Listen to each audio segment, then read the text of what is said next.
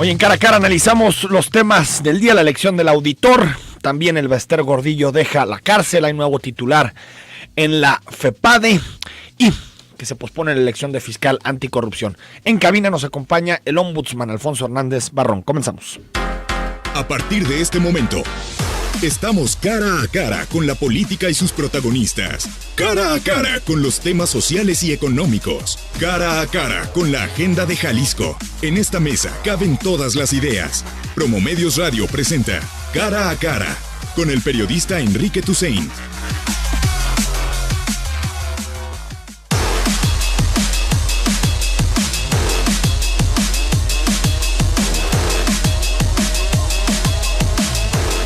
Nueve de la mañana con 5 minutos. Amanecemos este viernes 15 de diciembre con un sabor agridulce luego de las votaciones ayer en el Congreso del Estado. Hay que recordar que los diputados se habían puesto como plazo precisamente el día de hoy, 15 de diciembre, para definir los distintos nombramientos del sistema estatal anticorrupción. Lograron ponerse de acuerdo en la mayoría de estos nombramientos, todos los órganos de control, es decir, las contralorías de los distintos espacios que estarán vinculados al sistema estatal anticorrupción, y también se pusieron de acuerdo en el nombramiento de un auditor después de prácticamente un año de que los diputados no habían podido llegar a los acuerdos necesarios para elegir a un auditor, después de que decidieron no ratificar al polémico y con muchísimas cosas que explicar, que es Alonso Godoy Pelayo, que ha pasado mucho tiempo en la Auditoría Superior del Estado de Jalisco y que sin embargo,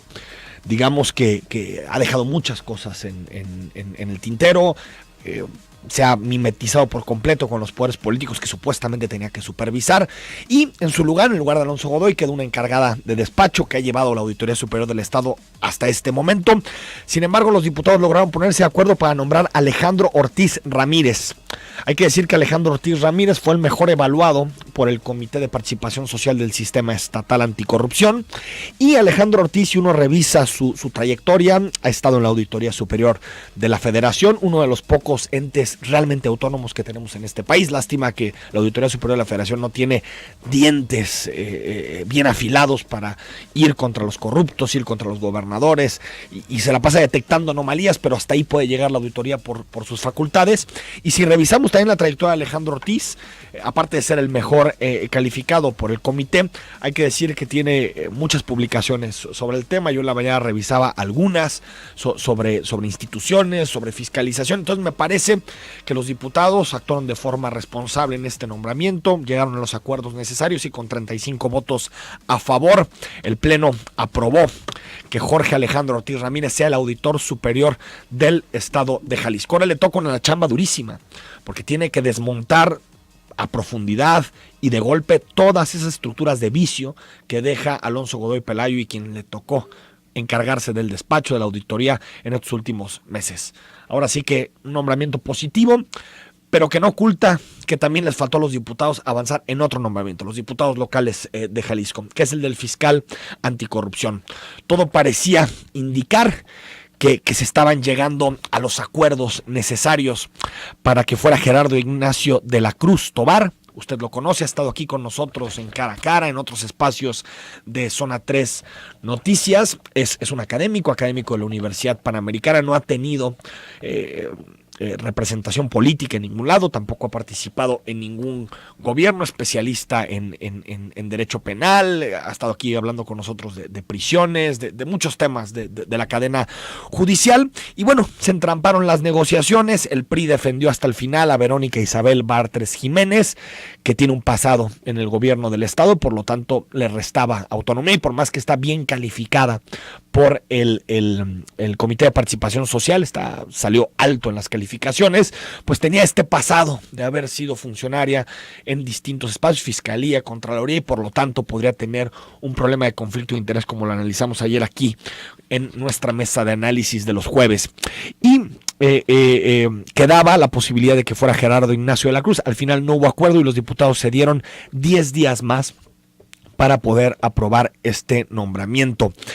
Sí queda la pregunta en el aire, ¿por qué si el gobernador del estado lo colocó en su terna y por lo tanto le dio el visto bueno, pues después llega al Congreso y su bancada se niega a llegar a los acuerdos necesarios para que fuera precisamente investido como el fiscal anticorrupción. Veremos si se destraba. Los diputados empiezan a las 12 a sesionar ahora para discutir el presupuesto del Estado, los 108,000 millones de pesos que se gastarán en Jalisco. Por lo tanto, la atención seguirá puesta en estas próximas horas en lo que hagan los diputados a nivel local. También hubo a nivel nacional muchísimas discusiones. A las 6 de la mañana los diputados aprobaron, los senadores, aprobaron la Ley de Seguridad Interior. Hemos tenido aquí en este espacio mesas para discutir. Tuvimos la semana pasada 2 académicos que se manifestaron abiertamente en contra de los postulados de la Ley de Seguridad Interior. Se colocan en contra por múltiples razones, es decir, por lo que puede significar en materia de libertades civiles, por lo que puede significar en materia de libertad de expresión, del derecho a la manifestación, por las facultades tan discrecionales que le da el presidente de la República para utilizar el ejército, no solo para labores de seguridad nacional, sino también para labores de seguridad pública, de orden público y de estabilidad política, y también por lo peligroso que es que un presidente, quien sea, se llame Peña Nieto, se llame López Obrador, se llame Mid, se llame Anaya, quien me digas lo peligroso que es que tenga en sus manos al ejército para poder utilizarlo de forma política, no para tratar de calmar algunos espacios de nuestro país, no para tratar de atender a la población después de desastres naturales, no, el ejército como arma arrojadiza en materia política. No hay organización de derechos humanos, no hay un solo académico, ni siquiera las Naciones Unidas, ninguna institución que haya avalado esta Ley de Seguridad Interior. Esperemos que la Comisión Nacional de Derechos Humanos se ponga las pilas, comience a trazar una ruta para tumbar la Ley de Seguridad Interior en donde se puede tumbar, que es en la Suprema Corte de Justicia de la Nación. Sería un escándalo democrático, una regresión de un tamaño totalmente insospechado que pase y que al final se aplique una ley de estas características totalmente discrecional, totalmente antidemocrática y diría que totalmente anticonstitucional. Y en este lío están metidos los senadores y los diputados. También ayer se les ocurrió aprobar un dictamen para buscar en las redes sociales, para buscar en cualquier medio de comunicación quien se mofe de los políticos, aunque sea verdad o mentira, así lo colocó en su tuit el Partido Revolucionario Institucional, es decir, perseguir a los memes, perseguir a quien en redes sociales puede hacer una burla de algún político, de alguna persona. Me parece que estamos viviendo en este país una regresión autoritaria muy preocupante, que va en contra de las libertades civiles, de la libertad de expresión, y que en lugar de enfocarse a darle solución a los temas de seguridad, de empleo, de economía, a los temas fundamentales de desapariciones. Es decir, los diputados, los senadores están metidos en una agenda que lo que busca es criminalizar a la protesta, a quien disiente en las redes sociales, y me parece que es un efecto muy peligroso y que podría tener consecuencias muy negativas, sobre todo cuando nos acercamos al final de este sexenio. Creo que la batalla que sigue para evitar que una legislación como esta, que atenta contra los derechos humanos, entre en vigor, me parece que está en la Suprema Corte de Justicia de la Nación. También avalaron el nombramiento de Héctor Marcos Díaz Santana como nuevo titular de la FEPADE. Recordará usted el caso de Santiago Nieto, que se lo relatamos aquí. Santiago Nieto empezó a ser un fiscal incómodo y por lo tanto decidieron desde Los Pinos prescindir de él como el titular de la FEPADE. Ahora llegará Héctor Marcos Díaz Santana, después de una sesión de más de 20 horas, fue coordinador de asesores de la ex titular de la FEPADE, María de los Ángeles Fromo, es decir, viene precisamente de ahí, es doctor en Derecho por la Universidad Complutense de Madrid, con un posgrado en Ciencia Política en el Centro de Estudios Políticos Constitucionales de España. También los acuerdos, ya usted sabe que el PRI irá en la próxima elección en alianza con PANAL y con el Partido Verde Ecologista de México, y coincidencias, si usted le quiere llamar de esa forma, acuerdo entre el PANAL y el PRI para ir en coalición, y en ese momento se decreta la posibilidad de que el Bester Gordillo deje la prisión y esté en prisión domiciliaria. Todo parece indicar, de acuerdo al Universal, que lo publica en este momento en su portal, que en 24 horas saldrá de prisión Elba Ester Gordillo. Así se utiliza la justicia en este país, la selectividad de la justicia. Si eres mi aliada, te perdono que salgas, si eres mi enemiga te meto a la cárcel. Me parece que es otra vez esta utilización política de la justicia. Vamos al corte, al regreso también platicamos sobre los otros temas que nos quedan pendientes, el gabinete de Andrés Manuel López Obrador que lo presentó ayer, también comentamos en la mesa de análisis la posible alianza, la alianza entre el Partido Encuentro Social y Morena, y recibimos a Alfonso Hernández, él es el ombudsman de Jalisco, para hablar sobre derechos humanos, para hablar sobre los distintos temas de la agenda que siempre tienen a los derechos humanos como un eje imprescindible. 33 18 80 76 41, vamos al corte y regresamos.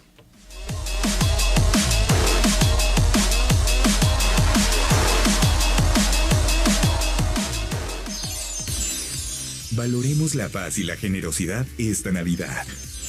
Zona 3, 91.5 FM.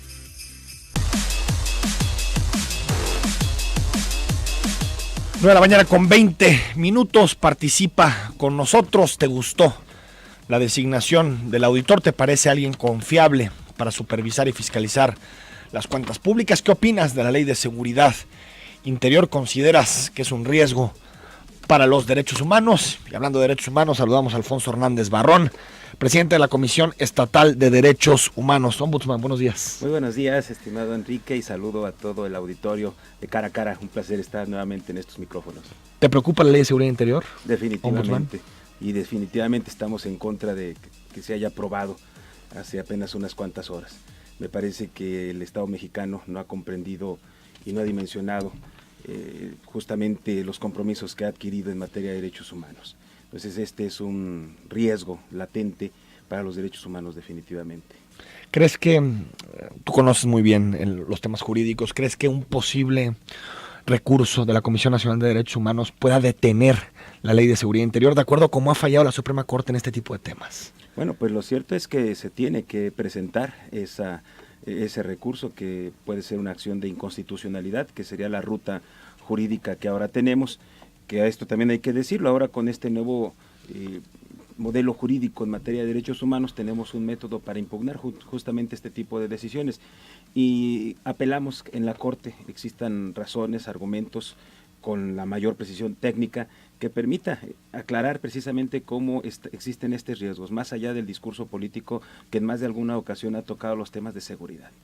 ¿Qué significa, Ombudsman, para quien nos está escuchando, esta idea de darle encaje legal, regulatorio, normalizar que el ejército esté en las calles, que el ejército esté haciendo labores de seguridad pública? ¿Qué significa para los derechos humanos, para quien nos escuche y que dice, bueno, de pronto yo me puedo sentir más seguro con el ejército que con la policía? ¿Qué significa para el día a día de los ciudadanos que se normalice que el ejército esté en las calles haciendo labores de seguridad pública? Bueno, justamente tú lo estás mencionando, estimado Enrique. En los últimos 10 años hemos visto ya al ejército en tareas de seguridad pública, lo cual va en contra de su naturaleza. Y esta situación ha llevado a que el ejército esté en más de alguna ocasión en situaciones muy incómodas, poniendo en riesgo incluso su prestigio, precisamente porque ante la incapacidad de las autoridades civiles tiene que salir el ejército a resolver algunos temas de violencia. Sin embargo, no olvidemos cuál es la naturaleza del ejército y no pongamos en riesgo su honorabilidad con leyes que definitivamente abren una puerta a la discrecionalidad, ¿no? Por ponerte un ejemplo, una de las últimas recomendaciones que ha emitido la Comisión Nacional de Derechos Humanos. Para eso iba, ¿no? Lo de Tepatitlán. Sí, fue apenas hace unos días, la número 54 de este 2017. año, donde 4 jóvenes fueron detenidos por integrantes del ejército. 3 de ellos se los llevaron y a los días, una vez que el padre buscándolos le dijeron, no, nosotros no los detuvimos. A los días aparecen 2 personas muertas. 2 de los 4. 2 de los 4, 2 de los 3 que finalmente se llevaron, el otro con muy delicado de salud. Entonces, pues ahí hubo un tema de desaparición forzada, un tema de parte del ejército. Hubo un tema, así es, de agresión sexual, todo documentado en una recomendación, ¿no? Entonces debemos ser muy cuidadosos. El ejército tiene como naturaleza el salvaguardar la seguridad nacional. Ahora, curiosamente, en esta ley están hablando ya de un concepto, justo el de seguridad interior, ¿no? Sí, que es... con el propósito de deslindar un poco esta parte de la seguridad nacional que está en manos de nuestro ejército y a quien seguramente habrá muchos, y yo me cuento entre ellos, coincidimos en cosas muy importantes que realizan para fortalecer el Estado mexicano. Sin embargo, entrar en los temas de seguridad pública bajo un mecanismo de discrecionalidad, como lo plantea, por ejemplo, el artículo 16 de la minuta de esta ley, en donde faculta al presidente de la República a actuar de forma inmediata, bueno, pues entonces ahí estamos hablando de una discrecionalidad. O sea, algunos nos hablaban de que hay una declaratoria de protección que será siempre previa a que se intervengan las Fuerzas Armadas, pero pues ahí hay un artículo en donde dice en casos urgentes. Bueno, pues entonces, sí, el presidente tiene facultades para pasarse ese consejo por donde quiera. Y entonces pues tú tienes una seguridad nacional. Me parece que ahí hay muchos aspectos que deben revisarse, debe abrirse. Ahora, no estamos en contra de que se amplíen las medidas de seguridad, pero debe hacerse bajo un marco de pleno respeto a los derechos humanos y a las garantías. Nosotros queremos decirle a las personas que no puede cederse la libertad por una seguridad temporal, ya que esto nos lleva a perder la seguridad y la libertad, ¿no? En este sentido, el ejército es muy importante, debe auxiliar en ciertas tareas, pero bajo mecanismos muy precisos y, desde luego, sin ningún asomo de discrecionalidad. En el caso de, Ombudsman, en el caso de lo que sucedió en Tepatitlán, el padre lo que dice es que el 27 de enero de 2016 elementos del ejército retuvieron a su hijo, a su sobrino y a 2 personas más en una finca. Y después de 2 días, la Fiscalía General del Estado les informó que en un rancho ubicado sobre la carretera Tepatitlán-Tototlán habían sido localizados los cuerpos sin vida de 2 de los detenidos. ¿Tú ya tuviste algún contacto, Ombudsman, con el padre? ¿Lo conoces? ¿Te ha platicado más o menos su experiencia? Lo tuvimos desde el principio. Cuando ocurrieron los hechos, él acudió a una de nuestras oficinas, estamos hablando ya del año pasado, y recibió la orientación por parte del personal. Por tratarse de un asunto del ámbito federal, lo conoció la Comisión Nacional de Derechos Humanos. Pero sí hubo contacto con las víctimas. ¿Han crecido el número de recomendaciones, el número de denuncias y quejas contra el Ejército y la Marina en Jalisco? Mira, nosotros recibimos las quejas de la ciudadanía contra integrantes de las Fuerzas Armadas, del Ejército, la Marina, cada año, y se remiten a la CNDH. Y lo que sí te puedo decir, y se mantiene cierto promedio, que sí te puedo decir es que en los últimos meses han aumentado las quejas contra la Marina en la zona de la costa norte. Zona de municipios... Tomatlán, Puerto Vallarta, San Sebastián del Oeste específicamente. ¿Por qué tipo de violaciones a los derechos humanos? Detenciones arbitrarias, tortura, lesiones, privación de estamos la libertad. Hablando de ¿cuándo, Ombudsman? Los últimos... De 3 meses, 4 meses para acá. De 3 meses para acá han venido aumentando de forma importante en estos municipios. Atípica, no había quejas contra la Marina en esos espacios como se están presentando y en el número que se están presentando ahora. Ahora creo, Ombudsman, no sé qué opines, pero después de tantos años de guerra contra el narcotráfico, de batalla frontal contra el narcotráfico, estamos hablando de 2007 al menos a la fecha, más de 10 años, no sé si ya llega el momento de empezar a debatir un concepto que muchos colectivos ciudadanos lo pusieron sobre la mesa en los últimos días, que incluso las Naciones Unidas lo aprobaron en junio de 2016, fue declarado en junio de 2016, que es el famoso derecho a la paz. ¿Cómo se construye este derecho a la paz? Porque estamos hablando de una estrategia que ha dejado más de 200,000 muertos, miles de desaparecidos, un país totalmente dividido, jóvenes sin futuro. ¿Qué hacer, Ombudsman? ¿Se puede tener una estrategia de seguridad atendiendo a los derechos humanos y buscando la paz, o siempre tiene que ser la mano dura, el fuego, las armas? No, definitivamente se puede construir paz sin violentar derechos humanos. Queremos seguridad, pero sin guerra. Los nuevos modelos de seguridad requieren de menos policías y se requieren más políticas de prevención, jueces honestos, castigo a los responsables acompañados de una política integral de combate a la desigualdad y a la pobreza. La guerra, sabemos, pues solamente va a generar más guerra, y esto lo sabe el imaginario popular, ahí lo tenemos, ¿no? La violencia genera más violencia. Entonces, este es un punto, un parto para poder generar una discusión abierta, amplia, incluyente, para replantear el modelo de seguridad pública que tenemos en este país. Si continuamos por esta misma vía, no habrá ni elementos del ejército suficientes para garantizar la estabilidad de nuestra nación. Ese no es el camino. Ahora, desde que llegaste al cargo, ombudsman, se han incrementado por mucho las quejas ante la Comisión Estatal de Derechos Humanos, se han multiplicado, si lo comparamos, por ejemplo, tu primer mes fue agosto, ¿no? Sí. Si lo comparamos con agosto de 2016, fueron 1.657 frente a 250 de 2016. ¿Qué está pasando? ¿Por qué este incremento de hasta 80% en las quejas? Estamos hablando de más violaciones a los derechos humanos en Jalisco, estamos hablando de que la gente está denunciando más esas violaciones. Bueno, seguramente inciden varios factores. Uno de ellos seguro implica que la Comisión Estatal de Derechos Humanos estuvo más en los medios de comunicación y la gente, bueno, curiosamente sirvió esto para que se conociera más las funciones de esta Defensoría Pública y fue parte de los logros que tuvieron el tener un proceso más abierto, más de cara a la sociedad, pues las personas identificaron esta posibilidad de acercarse a una institución que le permitiera acceder a la justicia. Recordemos que, y esto es importante también precisarlo, nosotros no defendemos delincuentes, nosotros defendemos personas que son víctimas del abuso, víctimas de violaciones de derechos humanos, víctimas del delito, o sea, defendemos personas y en este sentido nosotros, por darte un ejemplo también, Enrique, en los últimos meses hemos logrado una compensación ya muy significativa en favor de víctimas de violaciones de derechos humanos, que ahorita ya alcanza los cerca de 11 millones de pesos en menos de 4 meses, y en unos días más esto incrementará, casi andaremos llegando a los 15 millones de pesos, que es muy importante porque esto es parte de una política de sanción y de inhibir las prácticas violatorias de derechos humanos por parte del Estado. Entonces, esto tendrá que ser también educativo y paulatinamente tendrá que ir frenando. ¿Cuál es la institución más señalada? ¿Sigue siendo la Fiscalía? ¿La institución más señalada? Las áreas de seguridad pública siguen siendo las más señaladas en general, pero se han incrementado también los temas de salud, los temas de derechos ambientales, ¿no? Y ahora también las personas tienen una dimensión más amplia de lo que son los derechos humanos, y esto es importante también precisarlo. Los derechos humanos no se circunscriben únicamente al ámbito policial judicial, o sea, tenemos derechos, por ejemplo, los derechos colectivos, el derecho a la protección del medio ambiente. Hemos tenido ya y estamos ya en un programa muy, muy sólido para atender los temas ambientales, con asuntos que tienen que ver incluso con el tema del derecho a la ciudad, los espacios verdes, por ejemplo, aquí en zona metropolitana, sí, ¿no? Estamos ahora revisando varios casos de contaminación ambiental en todo el estado. Entonces, ha ampliado el espectro donde la comisión está interviniendo gracias a las peticiones de la ciudadanía.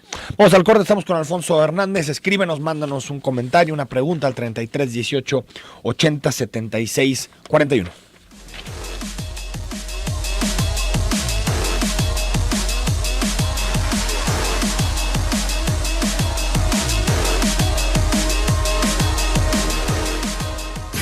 La buena voluntad impera en esta Navidad. Abraza, ríe y comparte. Zona 3, 91.5 FM.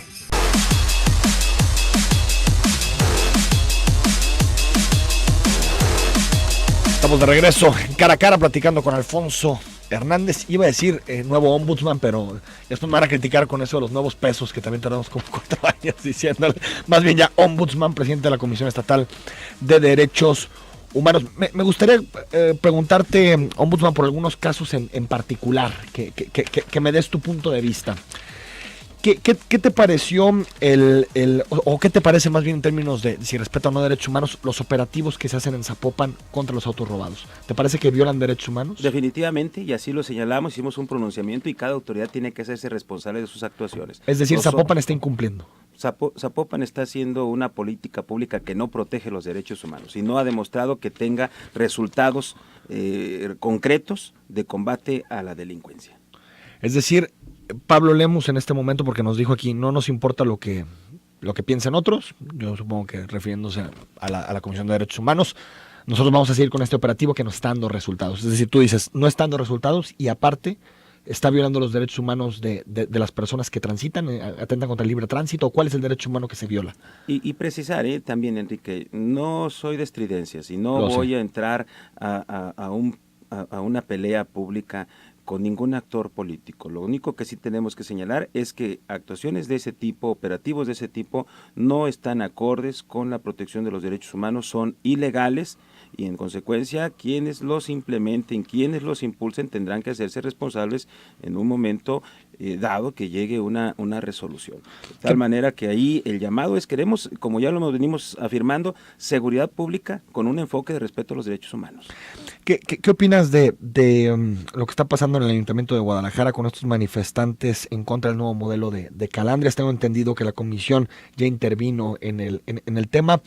¿Qué te parece la reacción del ayuntamiento y qué tendrían que hacer para garantizar los derechos humanos de los manifestantes? Bueno, con la reserva que me implica el que estamos integrando el caso, yo lo único que puedo señalar es que, pues sí resulta lamentable que no haya habido un diálogo eficiente, efectivo, que resuelva un conflicto que se ha convertido ya en uno de los temas de la ciudad. Y apelamos a que pronto las partes puedan encontrar alternativas que garanticen, y atención con esto, todos los derechos, entre ellos el derecho al trabajo, el derecho a que todas las personas puedan tener un ingreso que les permita llevar el pan y la sal a sus familias, y claro, también respetando el entorno, la comunidad y los derechos que aquí están en conflicto. En el caso, ombudsman, del Zapotillo, sabemos que hubo una posición del gobernador en este caso, dijo que desde su punto de vista la presa tenía que ir a 105 metros. También en el Congreso Federal ya le pusieron más recursos al proyecto del Zapotillo para 2018. ¿Te parece que tendrían que seguir adelante con la presa, que se debería detener? ¿Cuál es tu posición en ese asunto? Los aspectos técnicos no son competencia nuestra, 80, 105, 100 metros. No es nuestra competencia. Lo que sí es de nuestra competencia es un tema de vulneración de derechos humanos, y ahí estamos hablando de la amenaza de desplazamiento de personas. Ese es nuestro enfoque, y nosotros ya en su momento también a mí me tocó integrar una recomendación donde documentamos violaciones de derechos humanos en este caso, y estamos ahora integrando otra con el enfoque precisamente del desplazamiento de personas y los otros derechos que también desde luego están implícitos. Sobre todo derechos de tercera generación, ¿no? Colectivos. Así es, pero el nuestro, la postura de la comisión es un enfoque de derechos humanos, no son los aspectos técnicos.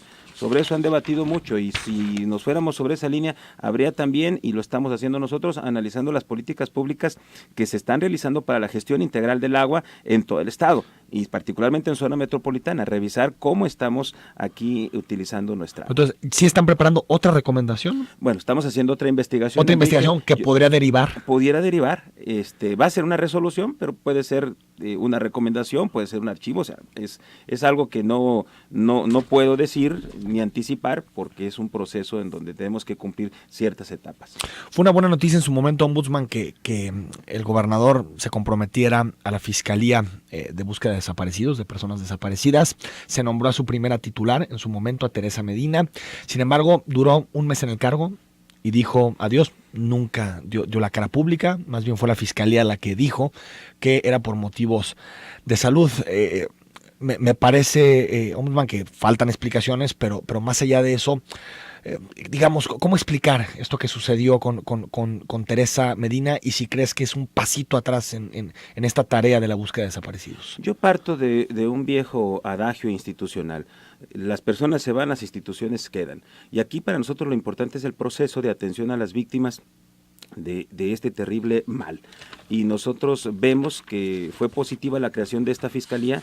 De hecho, en su momento lo reconocimos como una de las muy buenas prácticas, no solo en Jalisco, sino a nivel nacional, donde esta fiscalía fue pionera.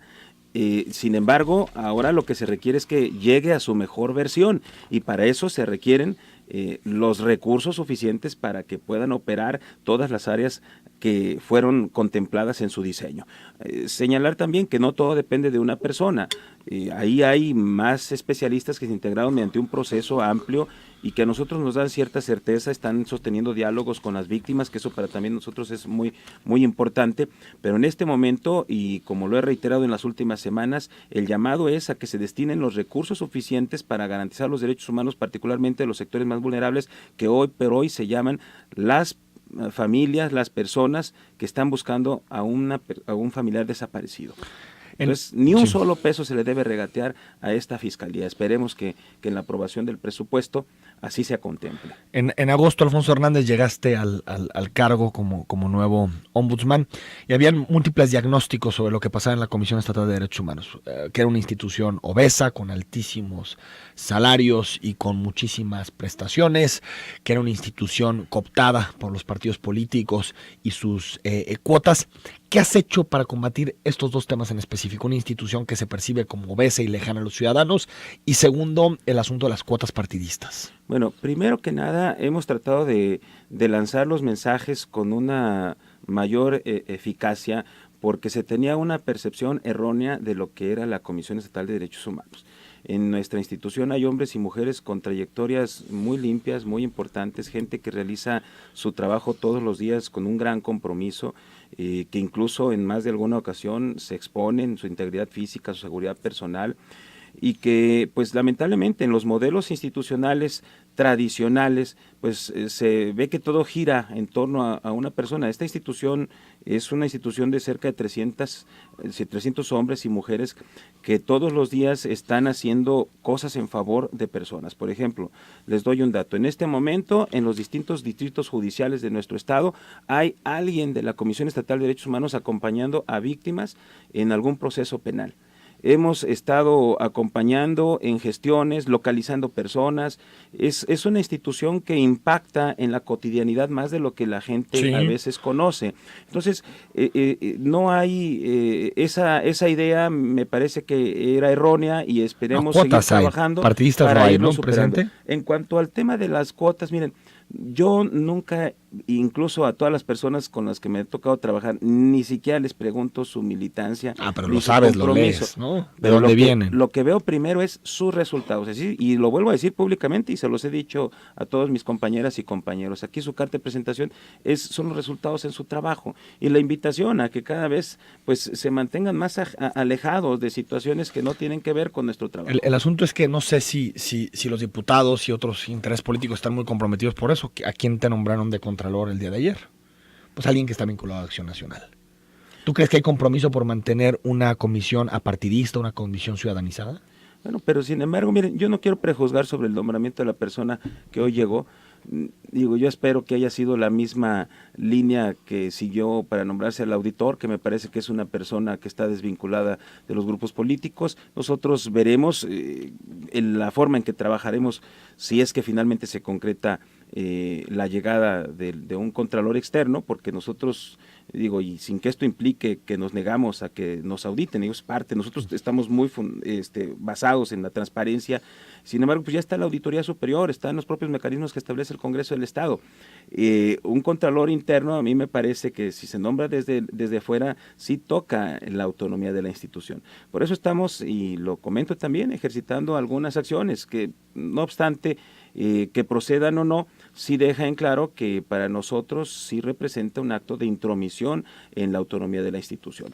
Veremos si finalmente se concreta la llegada de esta persona, la disposición a trabajar. Nosotros estamos muy claros en que habrá transparencia, está habiendo rendición de cuentas, en fin, no tenemos ningún problema con el uso de los recursos. Vamos al corte y leemos sus preguntas para el ombudsman.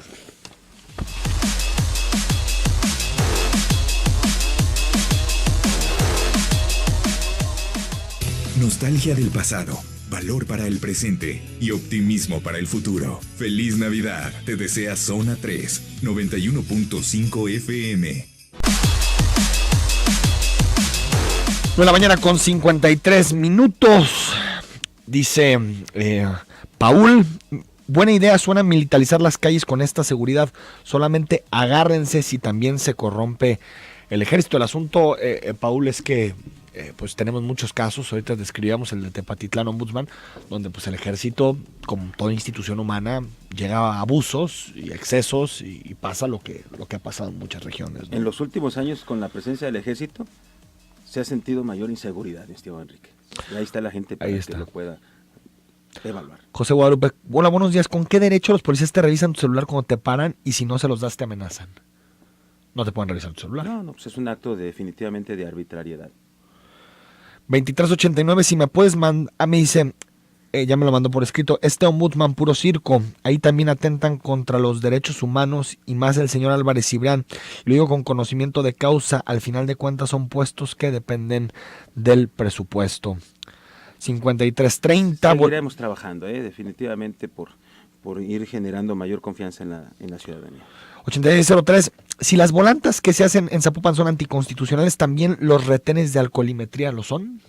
Bueno, hay desde luego algunas opiniones En ese sentido, nosotros creemos que si se establece la legalidad muy claramente, pudiera haber ciertas restricciones de ciertos derechos, pero no está ocurriendo esto. Pero el en alcohol, otros lados. el hecho de manejar con alcohol sí podría llegar a justificar un retén, ¿no? Bueno, es que pudiera incluso ser una restricción de carácter administrativa, Ok. ¿no? Pero también es algo que se tiene que evaluar, como se tiene que evaluar lo de las fotoinfracciones, ¿no? Que no cumplen el tema del debido proceso. Ah, cierto. Sí, porque no tienes, ¿cómo se le llama este derecho A la defensa. A la defensa, A la exacto, audiencia. a la audiencia, a eso me quería referir.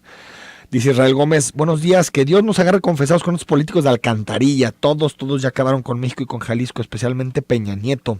Y los que se están postulando son iguales. Javier Solís, hola, buenos días, sigan votando por el PRI y ustedes los medios de comunicación síganlos defendiendo, nomás PRI, rateros y corruptos. Iván Guzmán, no había posibilidad de que los senadores pluris y los del PRIAN no pasaran la ley, ya habían cobrado su superbono. Eso se llama traición a la patria. Ahora resulta que tipos por los que nadie votó son los impulsores de tal aborto de ley. Agrego, ahora con qué calidad moral, si es que algún día lo tuvieron, podrán hablar de Maduro, Venezuela o de Corea del Norte y Kim Jong-un. La simulación es la marca de Peña Nieto. 6754 dice... en casos que se utilizan para difamar saludos, ¿qué va a hacer cuando se acuse injustamente ante la Comisión Estatal de Derechos Humanos o hagan mal uso de la comisión? Te pregunta. Bueno, hay muchos casos que nosotros resolvemos como improcedentes, que son los que lamentablemente pues no se dan a conocer, porque casi siempre lo que se da a conocer es lo cuando que hay procede. una sanción, pero hay muchos casos que no proceden porque nosotros también debemos de salvaguardar el debido proceso, el derecho de audiencia y defensa de quien es señalado por una vulneración de derechos humanos. Lo que sí hay que decirle a las y los servidores públicos es que debemos de estar preparados para este tipo de situaciones en un modelo democrático. Bueno, pues todos estamos expuestos a ser señalados y no hay más que aclarar las cosas, defenderte las y acceder a la verdad. Gabriel Bolaños, gracias al presidente de la comisión, Alfonso Hernández Marrón, por su apoyo y respaldo a Prodejal.